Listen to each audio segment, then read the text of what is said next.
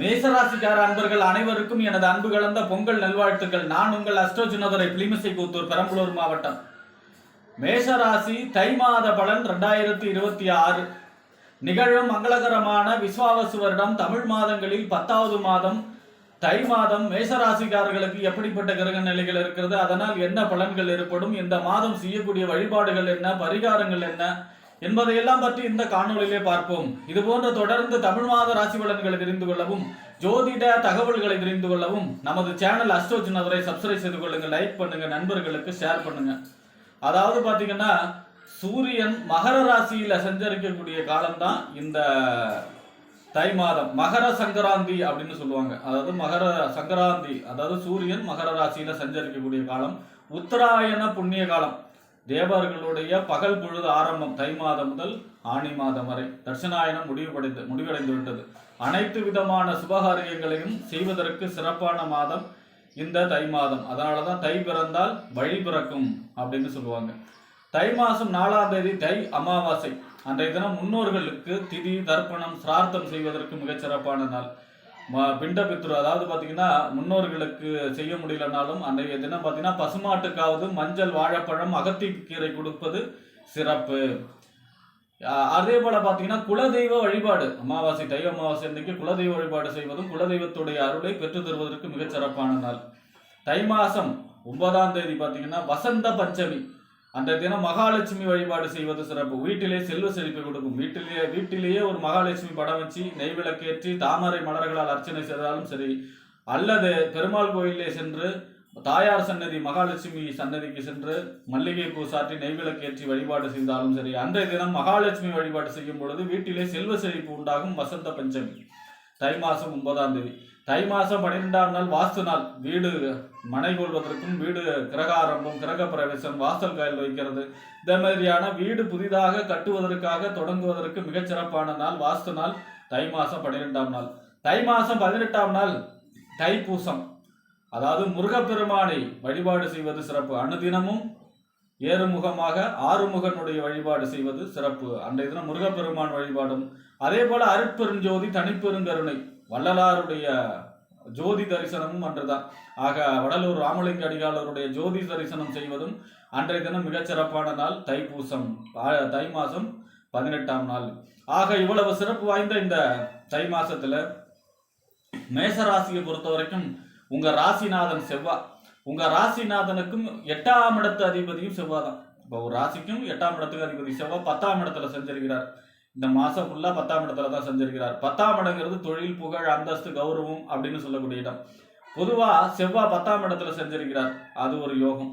அடுத்ததா உச்சமாக சஞ்சரிக்கிறார், அது அதை விட யோகம். அதை விட முக்கியமா திக்பலம், 10ஆம் இடத்துல செவ்வாய் திக்பலம் அடைகிறார், அது அதை விட யோகம். அப்ப திக்பலம் அடைகிறார், உச்சம் அடைகிறார். மிகச்சிறப்பான 10ஆம் இடத்துல தசம அங்காரகா அப்படின்னு சொல்லுவாங்க. மிகச்சிறப்பாக இருக்கிறார் இந்த மாசம் உங்களுக்கு ராசிநாதன். கோடியிலே ஒருவனுக்கு ராசி உச்சத்திலேங்கிறோம். அப்ப அதிக அளவு நற்பலன்கள் நடக்கக்கூடிய மாதம் மேசராசியை பொறுத்தவரைக்கும். ஏன் அப்படின்னா ஒருவருக்கு எவ்வளவு பெரிய துன்பம் வந்த எவ்வளவு பெரிய அவயோகம் இருந்தாலும் ராசிநாதன் லக்னநாதன் வலிமையா இருந்தா எல்லாத்தையும் தாங்கக்கூடிய சக்தி இருக்கும். அப்ப ராசிநாதன் வலுவடைகிறதுனால எல்லாத்தையும் ஜெயிச்சு வரக்கூடிய, செவ்வாயே வெற்றி கிரகம் தான், எல்லாத்தையும் ஜெயிச்சு வரக்கூடிய மாதம் மேசராசியை பொறுத்த வரைக்கும் இந்த தை மாசம். தொழில் சம்பந்தமான வளர்ச்சி இருக்கும், தொழிலை விரிவுபடுத்தக்கூடிய அமைப்பு. அதே போல தொழிலில் பார்த்தீங்கன்னா இதுவரை இல்லாத அளவுக்கு வாய்ப்புகள், இதுவரை இல்லாத அளவுக்கு ஆர்டர் கிடைக்கக்கூடிய அமைப்பு, புதிதாக தொழில் தொடங்கக்கூடிய அமைப்பு, அந்த தொழில் மிகப்பெரிய வெற்றியை தரக்கூடிய அமைப்பு, வீடு கட்டக்கூடிய அமைப்பு, நிலம் வாங்கக்கூடிய அமைப்பு, இடம் வாங்கக்கூடிய அமைப்பு, இந்த மாதிரியான யோகா அமைப்புகள் இருக்கும். உங்களுடைய புகழ், அந்தஸ்து, கௌரவம் உயரும். நீங்கள் இருக்கிற இடத்தை அனுசரித்து ஒரு பதவி, பொறுப்பு, அரசியலில் இருக்கிறவங்களுக்கு இது சிறப்பாக. மேசராசிக்காரவங்க அரசியலில் இருக்கிறாங்கன்னா உங்களுக்கு தை மாதம் மிகச்சிறப்பான நாள். அதாவது இந்த மாதம் மிகச்சிறப்பான மாதம். ஏதாவது பதவியோ பொறுப்பு கிடைக்கக்கூடிய மாதம் இந்த மேசராசியை பொறுத்த வரைக்கும் இந்த தை மாதங்கிறது. 8ஆம் இடத்து அதிபதியும் அவர் தான் 10ல் இருக்காருன்னா அதுல போட்டி பொறாமைகளும் இருக்கும். கவனமாக செயல்பட வேண்டும். ஆக இந்த மாதம் ராசிநாதன் உச்சமாக இருப்பது மிகச்சிறப்பு. அடுத்ததா பாத்தீங்கன்னா உங்க ராசிக்கு 2ஆம் இடம் வாக்கு, தனம், குடும்பம், வருமானம் அப்படின்னு சொல்லக்கூடிய 2ஆம் இடத்திற்கும் 7ஆம் இடம் என்று சொல்லக்கூடிய கணவன் அல்லது மனைவி ஸ்தானம், நண்பர்கள் ஸ்தானம், கூட்டு தொழில், சமூகம், வாடிக்கையாளர்கள் சொல்லக்கூடிய இடம் 7ஆம் இடம். இந்த 2க்கு 7க்கு உடையவர் யாரு அப்படின்னா சுக்கிர பகவான். இந்த சுக்கிர பகவான் எங்க இருக்காருன்னா அவரும் 10ஆம் இடத்துல தான் இருக்காரு. தொழில், புகழ், அந்தஸ்து, கௌரவத்துல தான் இருக்காரு. 2, 10 எப்பெல்லாம் சம்பந்தப்படுதோ தொழில் சம்பந்தமான வருமானம் குடும்பத்துக்கு கிடைக்கும். தொழில் சம்பந்தமான வருமானம் பெருகும். குடும்பத்திலே சுப நிகழ்ச்சிகள் நடக்கும். கல்யாணம், காதுகுத்து, அதே போல இந்த மாதிரியான வீட்டுல கிரக பிரவேசம் பண்றது, வீடு கட்டுறது, இந்த மாதிரியான அனைத்து விதமான சுபகாரியங்களும் நடக்கும்.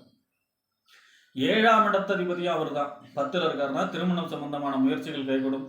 நண்பர்கள் மூலமாக அனுகூலங்கள், ஆதாயங்கள், கூட்டு தொழில், 7ஆம் இடம் கூட்டு தொழில், 10ஆம் இடம் தொழில், தொழில் சம்பந்தமான வளர்ச்சி, தொழிலை விரிவுபடுத்தக்கூடிய அமைப்பு, தொழில புதிய கிளை தொடங்கக்கூடிய அமைப்பு, இந்த மாதிரியான யோகங்கள் இருக்கும். அதாவது மாமியார் வீடுனா அவங்களுடைய கணவன் அல்லது மனைவி அவங்களுடைய வீட்டில இருந்து நன்மை கிடைக்கும். அவங்களுடைய உதவி கிடைக்கக்கூடிய மாதம் மேஷராசியை பொறுத்த வரைக்கும் இந்த மாதம். அப்ப சுக்கிரன் பாத்தீங்கன்னா 10ஆம் இடத்துல இருக்கிறார். 22ஆம் தேதிக்கு அப்புறம் பாத்தீங்கன்னா அவரும் 11ஆம் இடத்துக்கு வருவார். 11ஆம் இடம் லாபஸ்தானம். அங்க ஏற்கனவே ராகு இருக்கார். ராகு எப்பவுமே எந்த ஒரு இடத்தையும் எந்த கிரகத்தையும் பிரம்மாண்டப்படுத்தும், விரிவுபடுத்தும், பெரிதுபடுத்தும். அந்த வரிசையில பாத்தீங்கன்னா சுக்கிரன் ராகு சேர்க்கை 11ஆம் இடத்துல அப்படிங்கும் பொழுது மிக அற்புதமான யோகம். 11ஆம் இடம் லாபஸ்தானம், மூத்த சகோதரஸ்தானம், அபிலாஷைகள் பூர்த்தியாகக்கூடிய இடம், நெருங்கிய நட்பு வட்டாரங்களை சொல்லக்கூடிய இடம். 11ல சுக்கிர ராகு சேர்ந்தாலே எதிர்பாராத அதிர்ஷ்டம், எதிர்பாராத தனலாபம், எதிர்பாராத நன்மை. 2, 11 இல்லையா? 2ஆம் இடம் பொருள், தனம். 11ஆம் இடம் லாபம். 2, 11 எப்பெல்லாம் சம்பந்தப்படுது? அது ராகுவோட சேர்ந்து சம்பந்தப்படுது. ரேஸ், லாட்டரி, இந்த சூதாட்டம், இந்த மாதிரியான குறுக்கு வழி ஈடுபாட்டின் மூலமாக பணம் பெருமளவு சேரக்கூடிய மாதம், அல்லது உங்களுடைய பணம் சேரக்கூடிய அமைப்பு, எங்கேயாவது கொடுத்து மாட்டியிருந்தாலும் எல்லாம் சேரக்கூடிய அமைப்பு, அல்லது கேட்ட இடத்துல கடன் கிடைக்கக்கூடிய அமைப்பு, பணம் உங்களுக்கு ஈஸியா இந்த மாசம் பெறக்கூடிய மாதம் இந்த மாதம். ஏன்னா சுக்கிரன் 11ஆம் இடத்துல சுக்கிரன் ராகுவோட சேர்ந்து சஞ்சரிக்க போகிறார் 20ஆம் தேதிக்கு அப்புறம். அடுத்ததா பாத்தீங்கன்னா உங்க ராசிக்கு 3ஆம் இடம் முயற்சி ஸ்தானம், வெற்றி ஸ்தானம், இளைய சகோதர ஸ்தானம், ஒப்பந்தம், கையெழுத்து, இதெல்லாம் சொல்லக்கூடிய இடம். 6ஆம் இடம் நோய், எதிரி, வம்பு, வழக்கு, கடன், உத்தியோகஸ்தானம். இந்த 3க்கும் 6க்கும் உடையவர் யார் அப்படின்னா புதன். புதன் உங்க ராசிக்கு அவரும் 10ஆம் இடத்துல தான் சஞ்சரிக்கிறார் 3ஆம் தேதியில இருந்து. 10ஆம் இடங்கிறது தொழில், புகழ், அந்தஸ்துக்கு வரும். 10ல புதன் இருக்காரு யோகம். ஏன் அப்படின்னா 3ஆம் இடம் ஒப்பந்தம், கையெழுத்து. அப்ப தொழில் சம்பந்தமான ஒப்பந்தம், கையெழுத்து நடைபெறும். நிலம் விற்கிறது, வாங்குறது, அது சம்பந்தமா ரெஜிஸ்ட்ரேஷன் நடக்கக்கூடிய அமைப்பு. அதுவே அவரு தான் 6ஆம் அதிபதி. 6ஆம் இடம் உத்தியோக ஸ்தானம், தொழில் 10ஆம் இடம். அப்ப பதவி, வேலை இல்லாதவங்களுக்கு வேலை கிடைக்கக்கூடிய அமைப்பு, பதவி உயர்வு கிடைக்கக்கூடிய அமைப்பு, தொழில் சம்பந்தமான வளர்ச்சி தரக்கூடிய அமைப்பு இருக்கும். ஆனா 22ஆம் தேதிக்கு வரோம், அவரும் பாத்தீங்கன்னா 11ஆம் இடத்துல தான் சஞ்சரிப்பார். 3ஆம் இடத்து அதிபதியும் 11ல தான் சஞ்சரிக்க போகிறார். அதே போல 6ஆம் இடத்து அதிபதியும் 11ல தான் மாதத்தின் பிற்பகுதியில் சஞ்சரிக்க போகிறார். அதை விட யோகம். கமிஷன், ஏஜென்சி தொழில் செய்பவர்களுக்கு யோகம், பெருத்த யோகம். ஆசிரியர், வக்கீல், இவங்களுக்கெல்லாம் மிக அற்புதமான யோகமான காலமாக இருக்கும். வக்கீல் அவங்களுக்கெல்லாம் நிறைய கேஸ் கிடைக்கக்கூடிய அமைப்பு. அதே போல பாத்தீங்கன்னா உத்தியோகம் கிடைக்கக்கூடிய அமைப்பு, உத்தியோகத்துல பதவி உயர்வு கிடைக்கக்கூடிய அமைப்பு, சம்பள உயர்வு கிடைக்கக்கூடிய அமைப்பு, இந்த மாதிரியான யோக பலன்கள் அனைத்தும் நடக்கக்கூடிய மாதம். அடுத்ததா பாத்தீங்கன்னா உங்க ராசிக்கு 5ஆம் இடம், அதாவது புத்திரஸ்தானம், புத்தி, சிந்தனை, செயல்திறன், பதவி, விளையாட்டு, இதெல்லாம் சொல்லக்கூடிய இடம். இந்த 5ஆம் இடத்து அதிபதி சூரியனும் 10ல இருக்கார். சூரியனுக்கும் செவ்வாய்க்கும் என்ன அர்த்தம்னா 10ல இருந்தாருன்னா திக்பலமா இருக்கார், சர்வசக்தியோட இருக்கார், ஷட்பலத்துல ஒரு பலத்துல இருக்கார் அப்படின்னு அர்த்தம்.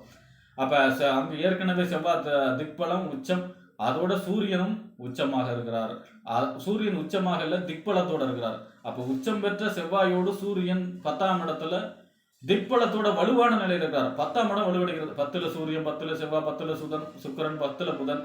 அதோட கூட பாத்தீங்கன்னா மாதத்தோட பிற்பகுதி தான் சுக்கிரனும் புதனும் 11ஆம் இடத்துக்கு போகிறார். 10ஆம் இடம் 11ஆம் இடம் வலுவடைகிறதுனால இந்த மாசம், தை மாசம், புதிய தொழில் தொடங்குறது, தொழில் வளர்ச்சி, அதே போல பாத்தீங்கன்னா உங்களுக்கு பதவி உயர்வு அல்லது பதவி கிடைக்கக்கூடிய அமைப்பு, பொறுப்பு கிடைக்கக்கூடிய அமைப்பு, அரசியல் இருக்கிறவங்களுக்கு மிகப்பெரிய யோகம், பொருளாதார சம்பந்தமான வளர்ச்சி, எதிர்பாராத அதிர்ஷ்டம், எதிர்பாராத தனலாபம், எதிர்பாராத நன்மை, எதை தொட்டாலும் லாபம். இந்த மாதிரியாக இந்த 7.5 சனி, விரைச்சனி எல்லாம் பாதிப்புலாம் தெரியாத அளவுக்கு தொழில் சம்பந்தமான, உத்தியோகம் சம்பந்தமான, பதவி சம்பந்தமான, தொழில லாபம் சம்பந்தமான உயர்வுகள் இருக்கக்கூடிய மாதம் இந்த தை மாதம். 2026 தை மாதம் மேசராசிக்காரர்களுக்கு அமையும் என்று கூறி விடைபெறுகிறேன். நன்றி, வணக்கம்.